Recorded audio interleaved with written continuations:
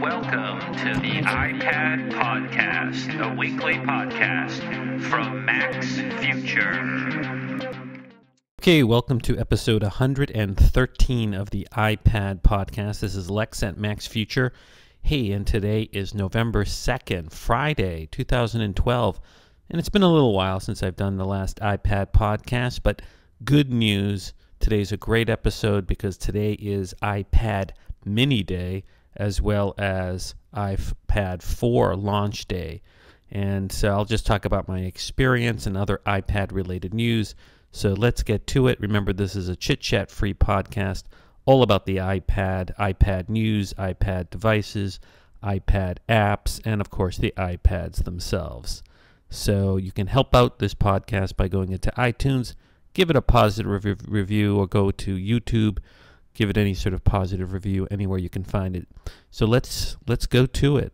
Okay, so like I covered in my recent Apple podcast, last week on October 23rd, Apple held a special event, and as anticipated by a lot of people, Apple finally announced a whole bunch of new products or upgrades to old products, including, the 13-inch MacBook Pro Retina to match the 15-inch MacBook Pro Retina, as well as these hyper-thin iMacs that are not Retina but are just hyper-thin. But the other big news, which came at the end of the October 23rd event, were two big announcements affecting the product that we like the most, right? The iPad. That's what this podcast is about. And there were two really big announcements. First, Apple, in sort of midstream, with the year not even being up since the launch of the iPad third generation last spring, announced a fourth generation iPad. That's right, a 10-inch iPad, fourth generation, and and some people thought they were just going to give the regular iPad a little bit of a improvement by putting in the Lightning connector, which is the smaller connector that's replacing the 30-inch dock connector that was in all the iOS devices before. But no, Apple surprised everyone by putting in two other things that were new.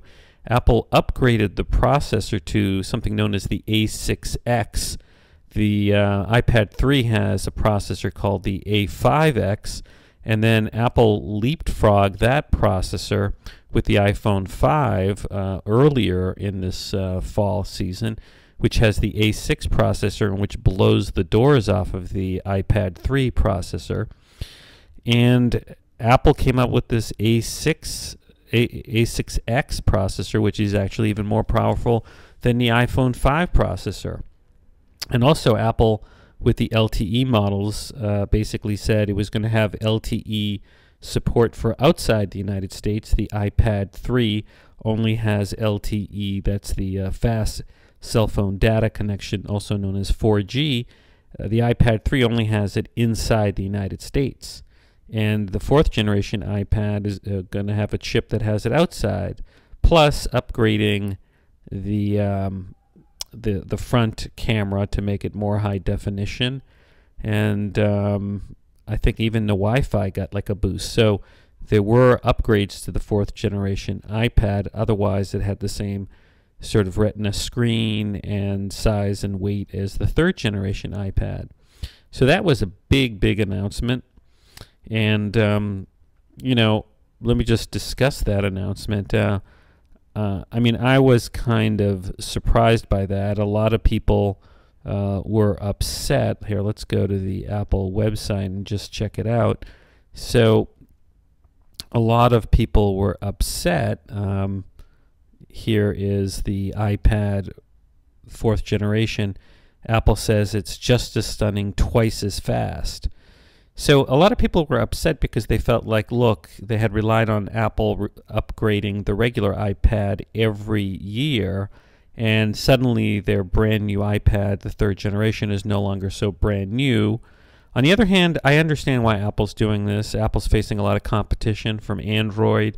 Microsoft recently launched the Surface tablet, and so there's a lot of competition coming out for tablets, and so maybe Apple felt that it just can't wait till the spring to upgrade the iPad that if it wants to stay competitive, it has to up the ante in terms of the specs, because, for example, Google launched the Nexus 10 also very recently, which is a competitor now to the, the big size iPad.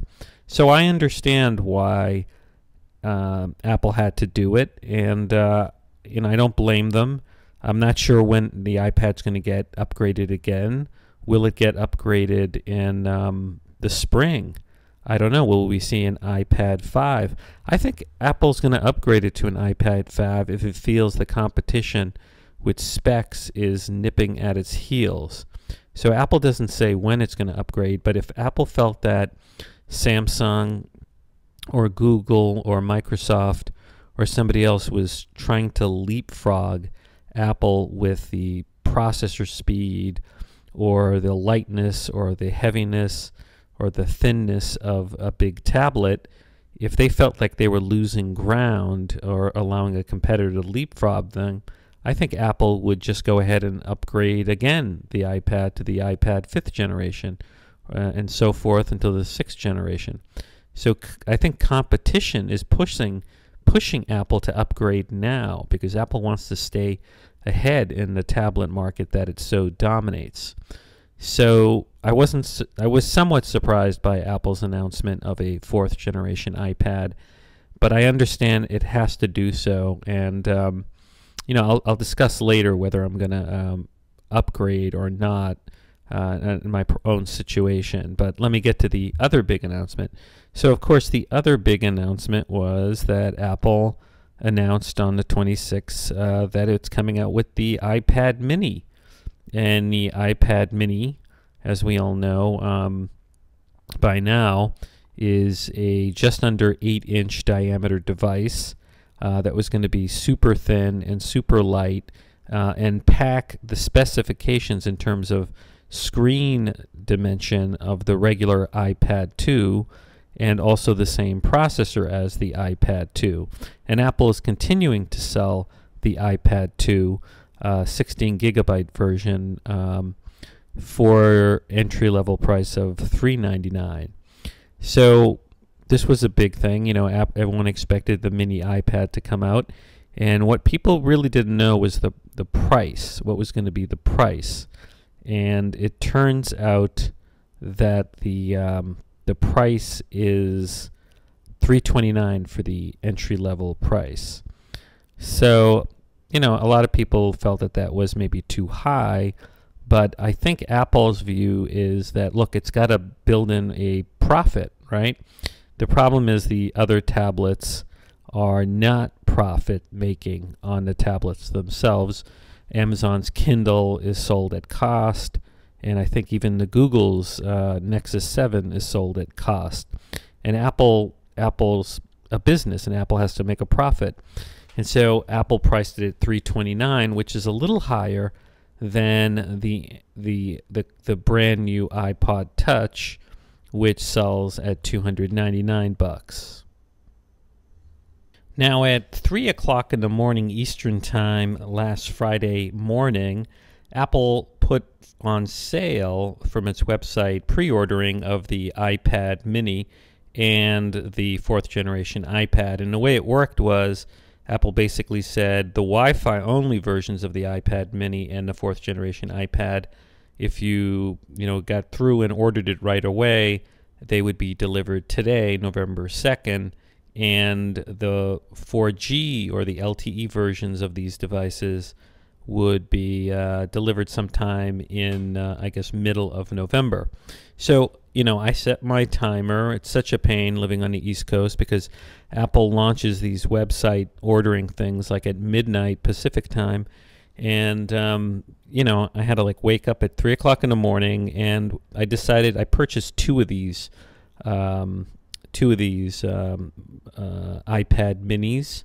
I decided to go for the 32 gigabyte models, the Wi-Fi, and I decided to go for the Wi-Fi only version. I have a 3rd generation iPad with Verizon LTE, and I don't put it on all the time because I don't want to pay for the data fee. So only like if I go on vacation or if I really need extra data in addition to my iPhone on my iPad will I turn it on. And so I figure as long as I have at least one iPad in the family with LTE, particularly the Verizon one allows you to turn it into a Wi-Fi hotspot, that's all I need. And I'll go for the cheaper Wi-Fi only iPads, and frankly that's the only one you can get on November 2nd. So that's how I came to that conclusion. I didn't go for 16 gigabytes because I figured, I have two 64 gigabyte iPads now, and I use up a lot of that space. Frankly, I use up a lot of that space with like a lot of apps that I don't really use a lot because I've got hundreds and hundreds of apps. And so then I thought, these smaller iPads will be used by my kids a lot, and so maybe I'll cut back and be more careful about how much, how many apps I put on it, and also maybe I'm not going to, load it up with lots of music or use it with lots of photos. So, one of the virtues of the iPad mini is it's a lot cheaper than a regular iPad, and I felt also that if I went crazy and went with the 64 gigabyte, it would get up to, I think, $529 for that. So I decided to compromise and just get 32 gigabytes for each. So I ended up ordering one white one, which is white and silver, and one black one, which is black and slate. And these colors and designs are very similar to the iPhone 5 in that there's a black one with a black back and a white one with a white front and a silver back.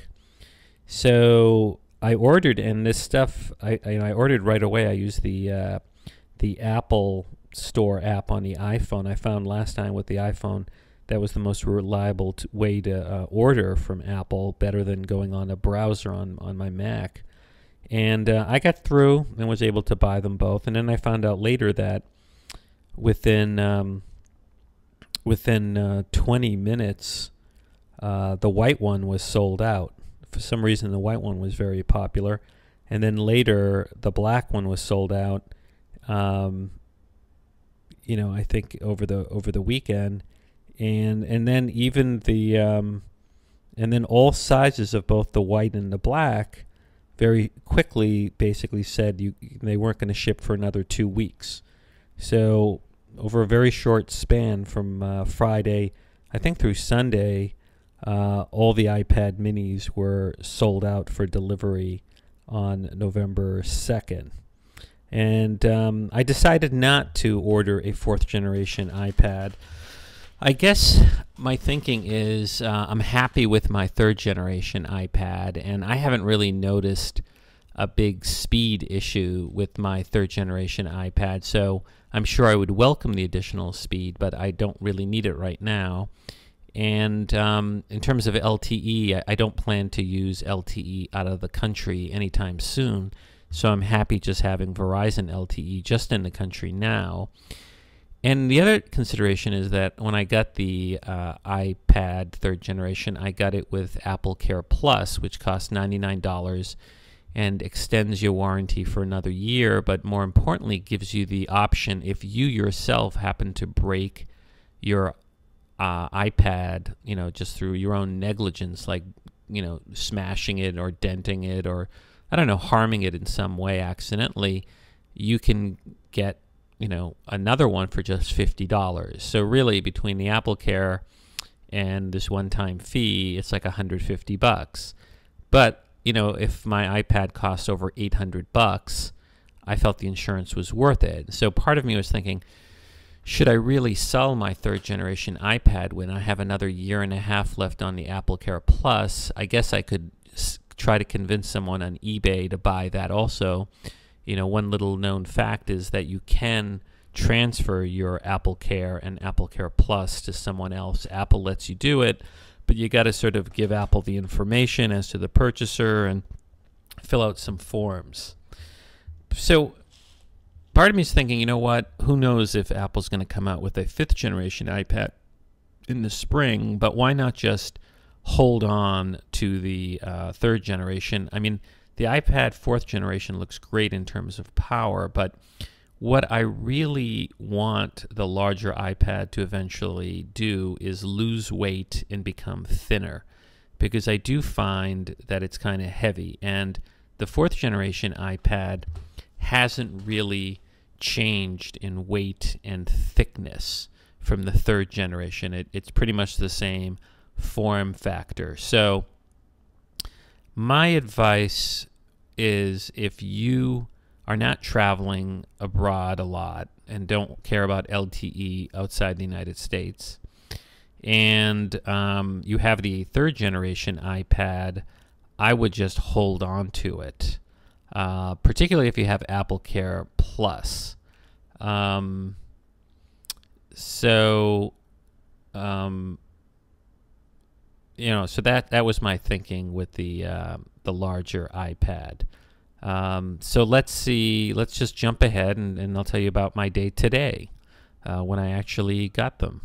Now, shortly after I ordered these iPad minis last Friday, something big happened where I live. I live in New York City, and obviously a big hurricane, Sandy, started looming over New York, and it hit us on Monday, and it was quite a wallop. And where I live, everything was fine. Nothing was damaged in my apartment or home, and everyone in the family's fine. But New York City is, particularly the lower half, was pretty devastated.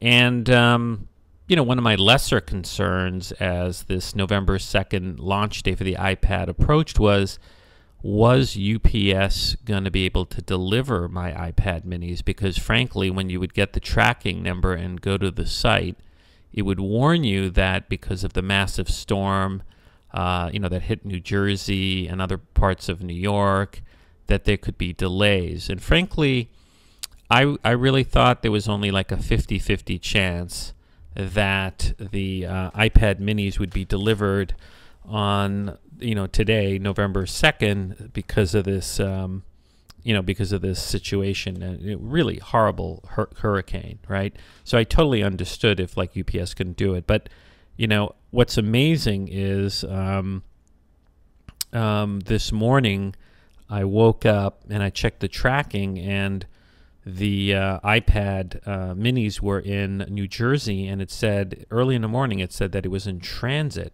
for delivery. Anyway, so today, before we got the iPad minis delivered, I went for a walk with my daughter who's out of school, and we went to the Apple store at Grand Central Station. Now, New York has 4 Apple stores in Manhattan. The first one ever launched is on Prince Street down in Soho. Another one on 14th Street in the far West Village, and then of course the Fifth Avenue store, and the Grand Central store is the newest. And because of the power failure below 39th Street, the 14th Street Apple store and the Soho one are closed. So, and in the Fifth Avenue one, people were lined up in front of it, but the staff was apparently had difficulty getting there, and so they delayed selling any of the iPad minis to people till 10 o'clock in the morning. But I went over to the Grand Central store, and I'll show you a picture right here, and it's clear that there was a line. I mean, when we got there, the actual store was closed, and they were only letting people who were in line to buy iPad minis. I didn't want to buy an iPad mini, but I wanted to see the iPad, and they were kind enough to put us in this like short line to get in. But you could see they had people lined up in like tunnels waiting to get the iPad mini. So it was a pretty impressive sight, and then we got in there and were able to check out the iPad minis, and I have some screenshots here that you can see, and you can see from the screenshots that it's a pretty thin device, the iPad mini. It's very impressive. The first thing that strikes you is just how light and how thin it is. It feels like a completely other device than the regular iPad because it is just so thin and so incredibly light, as well as having a smaller screen. So let's check. If you're looking at the video version of this podcast, you can see the pictures I took of the iPad mini in the Apple Store. So here, check them out. If you want to get a good look at, what the iPad minis look like in comparison to the other iDevices like the iPad and the iPod Touch or the iPhone, over at imore.com, I have a link on the links for this show to iMore's site. They have a nice photo shoot showing the iPad mini, particularly the white one, all sorts of angles as to how they look with the white iPad or the white iPhone, and you really get a sense like this is a device that is between the iPhone and the iPad in size. And so it's a very nice photograph gallery, and it shows you really how thin the iPad mini is. Actually thinner than the iPhone 5, and the iPhone 5 is remarkably thin. So it's a really good. Check out the link. They took pictures, I guess, with a Nikon D800 with Sigma 50mm lens, and it's really a beautiful gallery of shots showing you the iPad mini with the other iDevices. So now if you're looking at the video, you're going to be seeing videos of my unboxing of the two iPads. It's mainly the black one that I did first, the iPad mini. And basically shortly after noon or so, UPS delivered them both, and I unboxed them. And the boxes are clearly smaller than the regular iPad, and it's a really, you're struck by just how incredibly light it is. The fact that I had gone to the the Grand Central store sort of prepared me for how just incredible they are. Setup is incredibly easy. You just basically put in your Apple ID, and you say you want to use Siri, and you allow whatever location services if you want. Now I did not. And what's interesting is you don't get the the big charger that you do with the iPad. You get the 5-watt charger that you get with the iPhone, and the same lightning cable. So that's a difference. You're not going to get this gigantic charger. So that, I wonder if it's going to charge slower than in the iPhone 5. The other thing that I noticed is that the headphone is the same as it was with the previous generations of iDevices on top, opposite from where the charger is. Now with the iPhone 5 and I guess the iPod Touch, they have the headphone jack on the bottom near the charger. And I was wondering, like, why would they make that change for the iPhone but not the iPad? Because I had thought that they pushed it to the bottom of the iPhone 5 because people didn't want the cable hanging over the iPhone.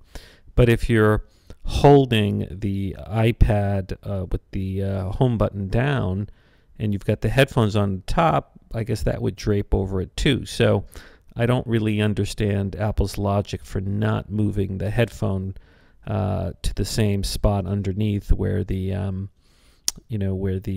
lightning connection is.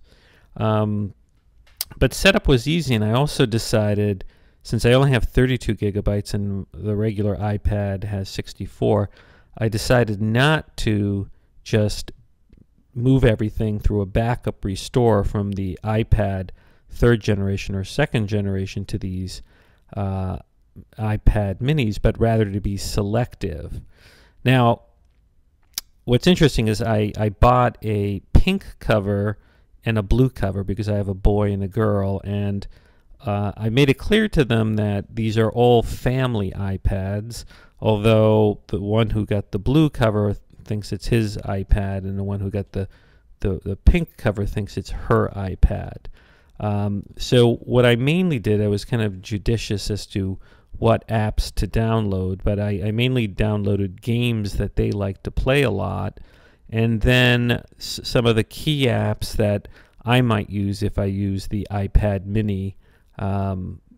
You know, and so basically I see these as family iPads, and even that process was kind of easy. I would just go to prior purchased iPad apps and click a button and download. So I spent, you know, a few minutes in downloading the apps and being careful about not, you know, filling it entirely. So anyways, let's you know, let me just discuss that thought process. Okay, so if you're looking at the video version of this iPad podcast, you'll see I have a screenshot going of the iPad mini. This is the black one, and you could see what I'm just going to take you quickly through this. I decided not to just put all my folders and all my apps on this because I see this sort of being used by my children and me a little less, and so I just went through and decided to download whatever the best games that they were playing, and also what are the apps that I considered to be more essential. So for my daughter, let's see, we had these games like Temple Run. She likes Mega Run, Dustbuster. She likes Girl Stuff, Hello Kitty, Math Game, Robot Lab. And then what else did we have here? Some of the key apps that I like are Paper, the podcast app. Let's see, obviously I downloaded iBooks. That's important. Find Friends, Find the iPhone. I like this new Trial Director app I'll talk about later. PDF Expert's a great PDF app. Flowfree is a great puzzle game. Letterpress is a brand new letter spelling game. There's a great kids app regarding all the presidents.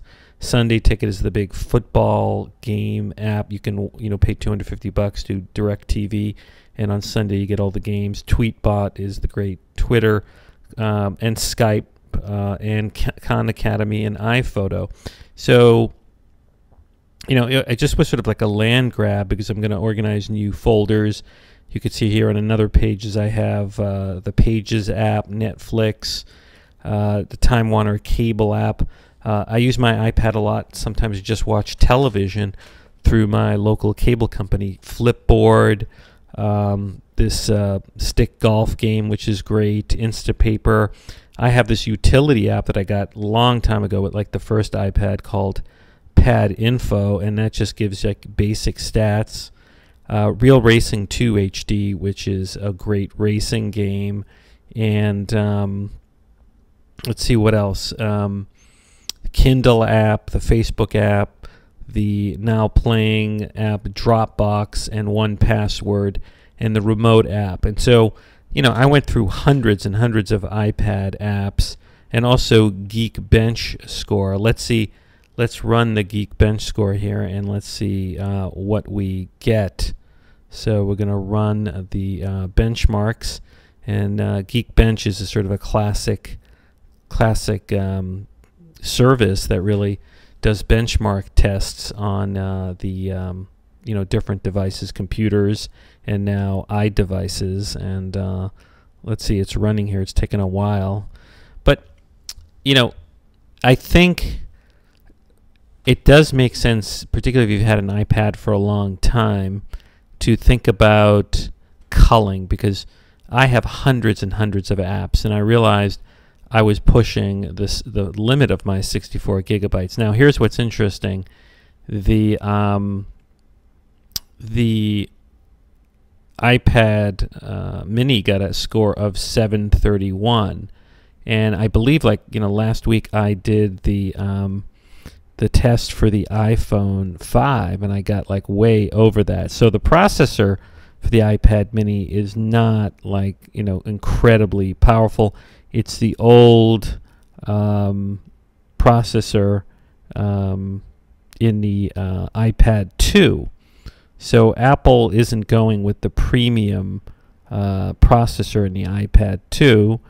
And, you know, I think there's a trade-off. But look, I think for a lot of stuff you're going to find it just as fast as you need to run certain apps. But anyways, going back to my point, I think it does make sense if you've been using the iPad a lot and have accumulated lots and lots of apps to consider starting fresh whenever you get a new iPad and going through and looking at all the apps you have. And the App Store has an area that's called like Purchased, and it's very, very useful because it just lists everything you purchased. It's not in alphabetical order, so it's interesting. I just ran the Geekbench score on my iPhone 5, and I got a score of 943 compared to 731 on the iPad mini. So my iPhone 5 is faster. Let's see if I run it again, if I get that score. But so if you're interested, what you do is you go to your App Store app, and you'll see under Purchased, it'll give you like a list of everything you purchased, and takes a while to render. And I think it's maybe because I have so many apps, it's communicating with Apple's App Store. And one thing I noticed is that it's a little it's not as fluid as I would like it to be. In other words, when you click to download an app, sometimes it doesn't respond automatically, and when I scroll, it's not like super fast. Now it could be that's just the app because it's communicating with Apple's server.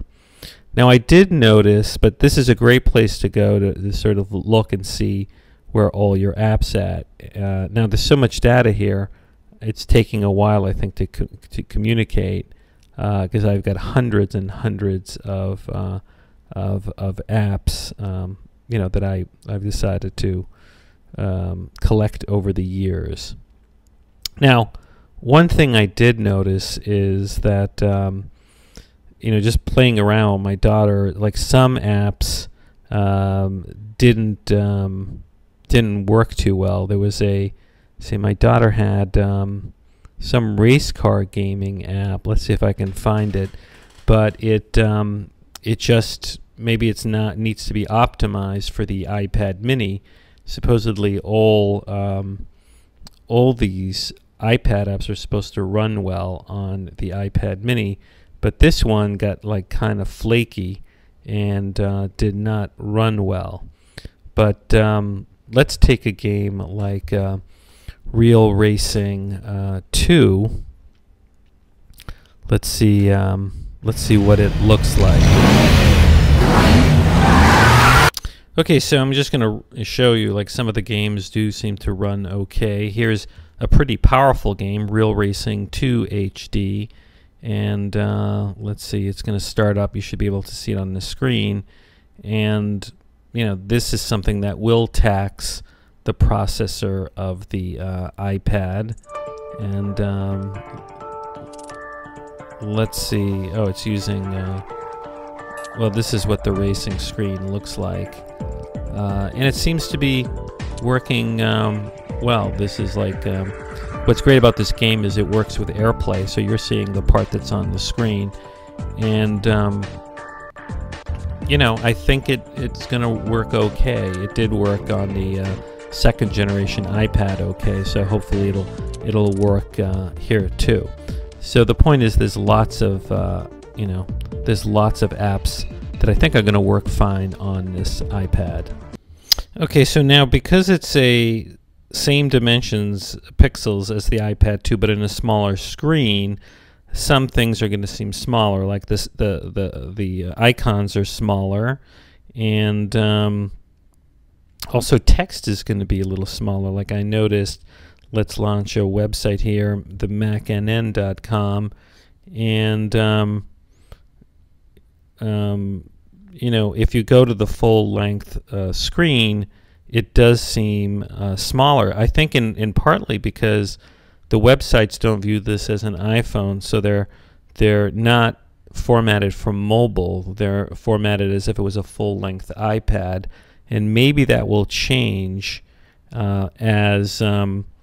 maybe that'll change as websites are optimized to recognize iPad minis as well as iPads and iPhones.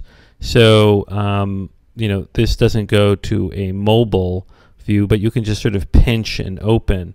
So that's one thing that you sort of might notice right off the bat. Let's go to another site that I go to a lot, TechMeme. Now TechMeme is recognizing this as a mobile site, and but still the fonts are a little smaller than you're used to.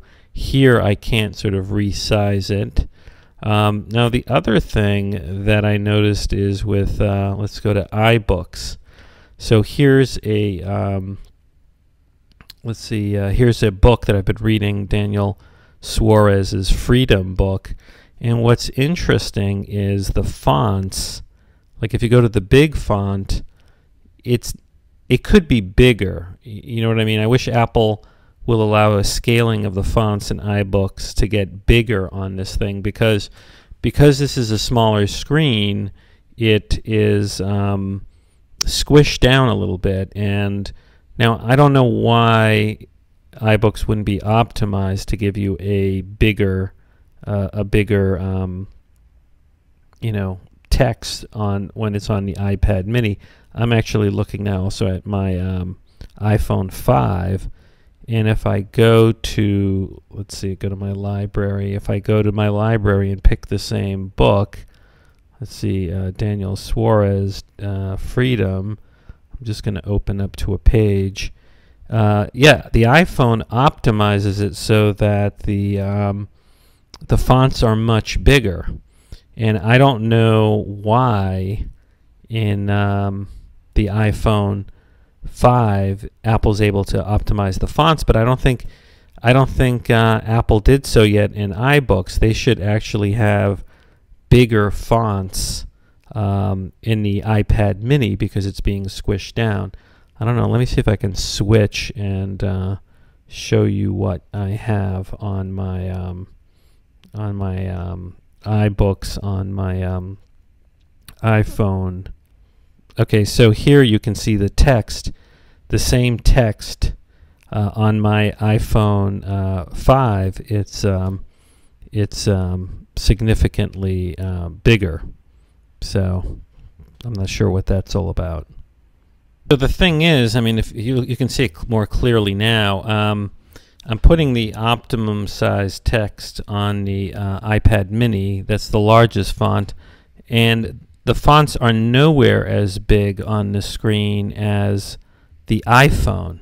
So it's kind of weird. You'd think Apple would have fixed iBooks to optimize it for the smaller screen, just as they optimize it for the iPhone, right? Because when the book is on the iPhone as opposed to the big iPad, the fonts are, seem to be bigger. So I don't know why Apple didn't tweak iBooks to make it, look bigger on the iPad mini, because the fonts seem kind of small and there's no real way to adjust them. So that's a tweak that Apple's going to have to fix. So my overall impressions of the iPad mini is that it's incredibly well made. It really does feel like a completely other device than the iPad or even the iPhone. It feels like it's it really is something completely different. Some people are like, oh, it's like a big iPhone, and some people are like, oh, it's like a small iPad. It's actually something in between, and it's like the thing that's really compelling about it is just how thin and light it is. And so it makes it very easy to play games on it if you're a kid. It's going to make it easier to read if you're reading in bed, and if your hands get heavy holding like a big heavy iPad, this thing is easy to hold like a Kindle. If you're traveling like on a subway or on a bus and you want to read standing up, and and the iPhone's really small screen, well, this is light enough to hold and not make your hand feel tired. So it's very compelling. I also will point out that the cover is a little different. It doesn't have those metal bars that that are exposed on the big iPad that sort of flop. I guess whatever bars there are on this cover, the smart cover, is sort of embedded in the rubbery plastic, and so it seems to really cling more nicely to the iPad mini than it does to the regular iPad.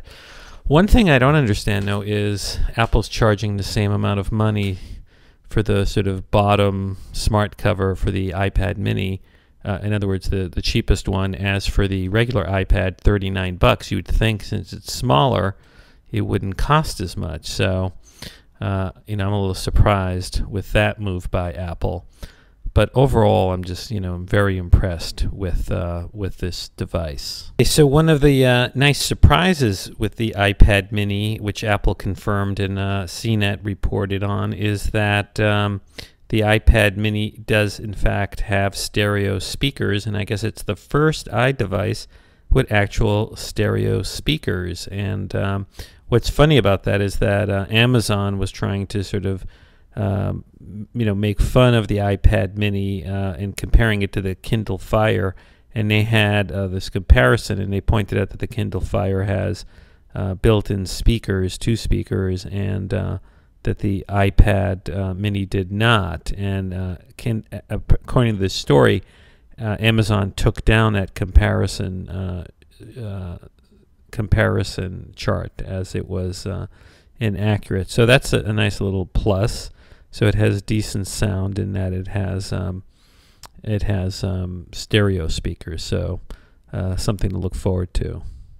Some people said that the turnout for the iPad mini wasn't very big, but by the end of the day, CNN Money pointed out on the Apple 2.0 blog that there were near record turnout for iPad minis in New York City, the Big Apple, which is particularly impressive given the calamity that's in New York. Now, on the other hand, 2 stores I think were shut down, the one on 14th Street and the one in Soho, so there could be excess demand going uptown. But also when you factor in that it's very hard for people to get into the city, and everyone's sort of preoccupied with the disaster of the hurricane, it is pretty impressive that the Fifth Avenue store sold out within 2 hours. So, and Apple stock took kind of a hit today because, people were bashing Apple, saying that there wasn't a huge sellout crowds. But I got to tell you, I went to the Grand Central store, and there were lots of people, and there was like this big line, like I said. So I think the iPad mini is going to be a huge hit, because when people start seeing how thin and light this device is, it's going to sell like hotcakes. So, I do think it's somewhat of a hit. I don't think it's like the iPhone 5, but I think kids are going to go crazy for this thing. The holidays are coming up, and there's going to be kids who are going to want this for gaming, and it's not that much more expensive than an iPod Touch, which is $299. And this thing is just perfect for a kid because it's so small. But it's also going to be, I think, a lot of people who were maybe put off by the size and the weight of the full version of the iPad are just going to jump into this thing because it's sort of hypermobile. It gives you a lot more space than a phone, yet it has a lot of the hypermobility, at least the lightness of a phone. So it's really a good product. Now, let's not forget the 4th generation iPad also went on sale today. And there's a great site called anandtech.com, A-N-A-N-D Tech, that does all sorts of benchmarks. And they took a look at the iPad 4th generation and the iPad mini. And what's really interesting, they ran all sorts of tests. And frankly, I don't understand all these tests, but they measure the graphics processor and its ability to render. And what's interesting is the iPad 4 really just blows doors off of a lot of its competitors. I guess I don't know, do they not get the iPad mini in their test? But like, here's a chart. It's called the GL Benchmark 2.5 Fill Test. Higher is better. The iPad 4 scored 2082. The iPad 3 scored 1801. And the iPhone 5 scored 1650. Now, what's interesting is Google just announced this week the Nexus 10. So Google's now making its own Nexus branded tablet that's 10-inch to compete with the iPad, and it has a slightly higher pixel density. It's 2,560 times 1,600, while the iPad 4 and the iPad 3 are 2,048 by 1,536.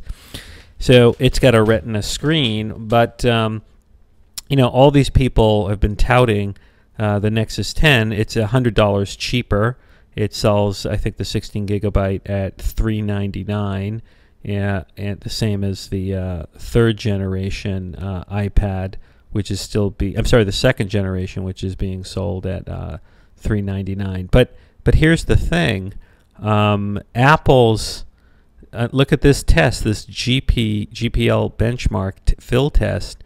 The iPad 4 blows away the Google Nexus. It's almost twice as fast. It's scoring 2082. Even the third generation iPad does. Here's another test that Anantech did called the GL Benchmark 2.5 Fill Test. iPad 4 scored 2060, the regular third generation iPad 1747, and the Google Nexus a mere 1191. Even the iPhone 4S came close to the Google Nexus 10. Let's go down I'll pick some other random chart. Here's something known as the triangle texture test that they did. Higher is better. Again, the iPad 4 had the highest score in the benchmark, 95.6. It was more than double the Google Nexus 10 at 43.2. And let's see, and the iPhone 5 wasn't that far behind the iPhone 4. So the iPhone 4, according to this, the iPad 4 just blows away all the other tablets, like, by a lot, and which is interesting because Google touts the processor, but Apple obviously has optimized the iPad 4 to be just incredibly powerful, even if the specs don't on its face seem to be more powerful. Anantech basically shows that it's really blowing away the Android tablet. There had been lots of speculation that Apple is trying to get rid of Samsung as a supplier, since Apple's in this nasty litigation with Samsung over accusations that Samsung is copying Apple with the Galaxy Tab and other devices. Apple Insider reported, though, that in the teardown of the iPad mini, the A5 chip is built by Samsung's 32 nanometer process. So for now, at least, Samsung continues to be supplying Apple for some of the parts. But I suspect that Apple will eventually find a way to get out of Samsung being a supplier. Now, a lot of people are wondering where the iPad mini fits into their life, if they have already an iPad or a MacBook Air or an iPhone. And MG Siegler, who covers a lot of Apple stuff, he did a really thoughtful piece about where the iPad mini fits into his digital tool belt. And I think he comes to the conclusion that it's like a great fit with his MacBook Pro. In other words, he travels a lot, and he could use, he goes off and writes and travels and does work, and he sees the MacBook Pro and the iPad mini as a great combo because it's so light. And I kind of agree with him. I mean, I think, if you're not incredibly strapped for cash and you have various devices, it just gives you more flexibility. There may be some days when you want to use the iPad because you're going to be sitting down at a table and not be as mobile and want that bigger screen. But other times you're going to be kind of hyper mobile. Maybe you're taking your MacBook Air with you and you want the iPad mini with you because, when you're standing up and reading, it's just so portable. So, he makes a lot of good observations, and I have a link on my in the show notes for this to MG Siegler's post where the iPad mini fits on my digital tool belt. Some of you might be thinking maybe to check out the Microsoft Surface tablets, which are pretty much the same price as of a full-blown iPad.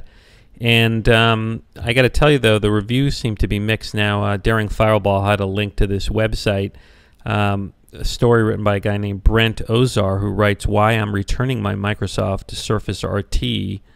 And he writes, do not buy a Microsoft Surface RT yet. He says, I'm typing this with gritted teeth. My 24 hours with this half-baked Surface have been a frustrating challenge, a mix of love and hate. I want this to work, but one problem after another have led me to come to the conclusion, a temporary one at least, that this thing just isn't ready to ship. So he points out in his blog that the hardware is great. He really likes the hardware, the fact that you've got in this kickstand, the fact that you can plug in an SD card, that you've got this keyboard that you can touch on, that there's good camera. But the killer is the software. And he starts off, he says, the software is also unbelievable, but in the opposite direction. He says the hardware makes promises that the software can't deliver. And he basically really attacks Microsoft Word, which is supposed to be the premier program in Microsoft Office that's on this. And he basically says it's not for prime time, that it is very slow typing and buggy. So he basically says wait for the Surface Pro, which comes out in a few months. That tablet's going to be heavier and thicker, but has a real processor with a fan.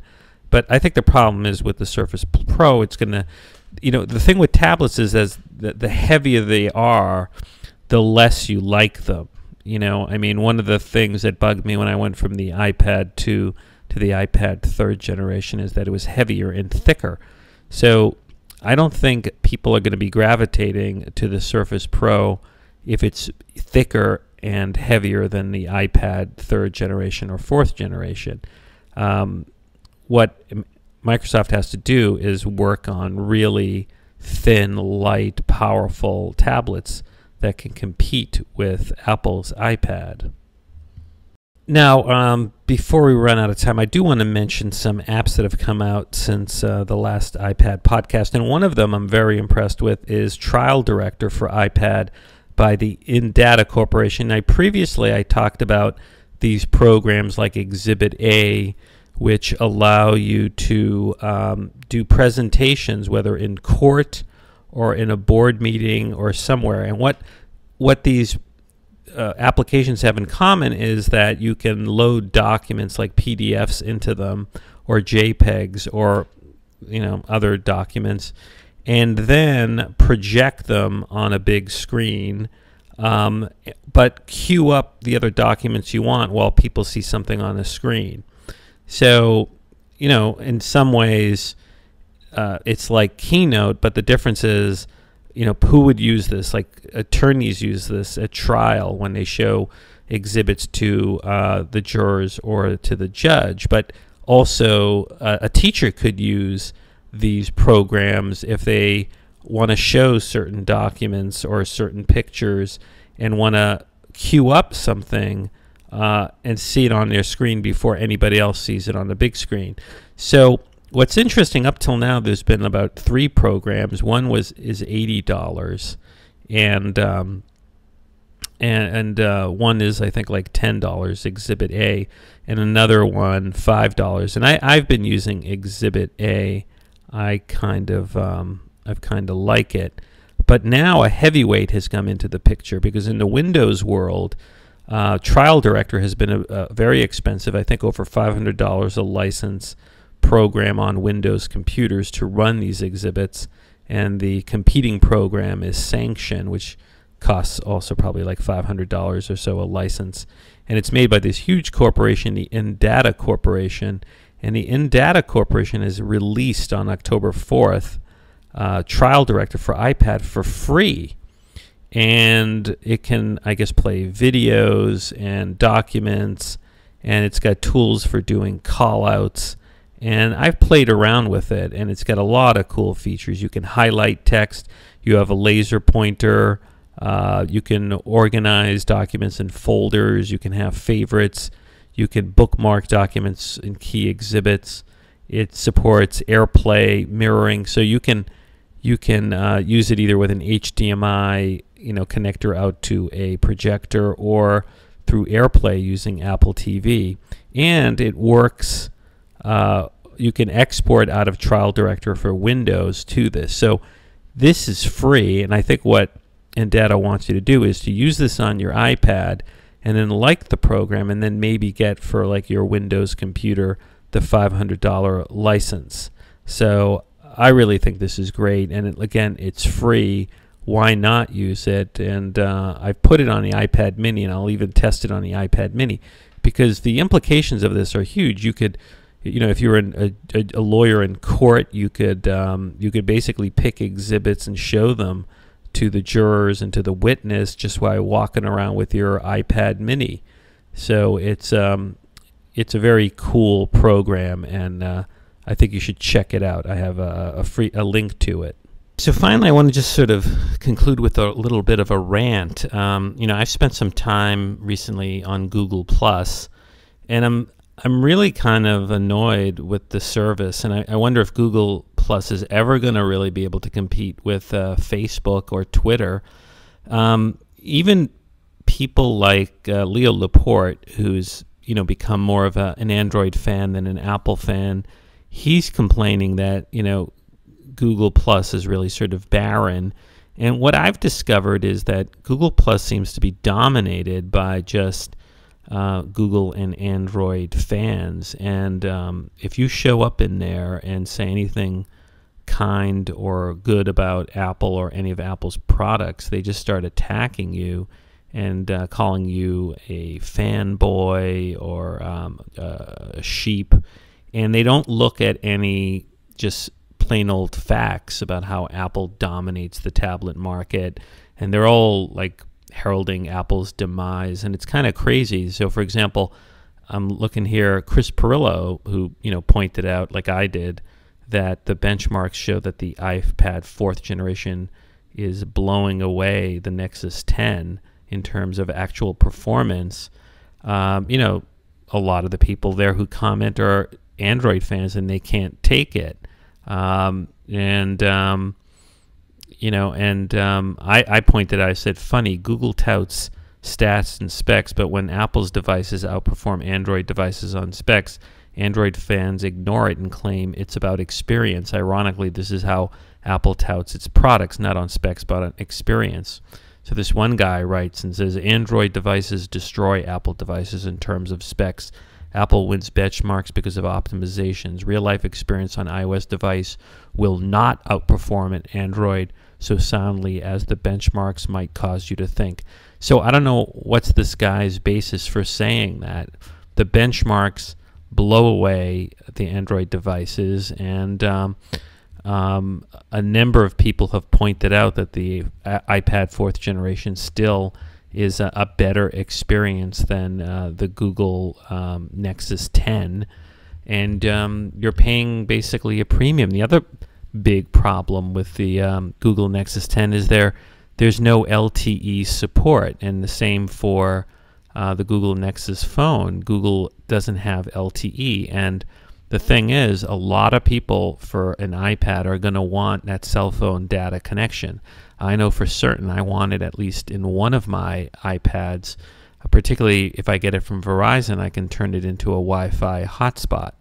So, so my rant is that, why can't Google Plus become really a place instead of just a sort of fandom for Android fans? Why can't it become a real social network where everybody can sort of fairly talk about their, interests without getting sort of attacked? And I just think I think a lot of Android people are just sort of paranoid that, Apple's so dominant and on the high end, at least, of purchasers and in the tablet market. And they're just sort of fanatic about hating Apple. It's kind of disturbing, actually. So, anyways, this is a show about the iPad, and today was a really big day for the iPad. The iPad 4th generation came out, and the iPad mini, and so we have a really, really great, day. And I think people in your family are going to like the iPad mini. And you now have a lot of choices. You have a choice between the iPod Touch, the iPhone, the iPad mini, and the regular iPad, as well as the 2nd generation iPad, which is still for sale. Anyway, so, that's my piece and my rant. Okay, so that's it for episode 113 of the iPad podcast. This is Lex at Max Future, and see you next week.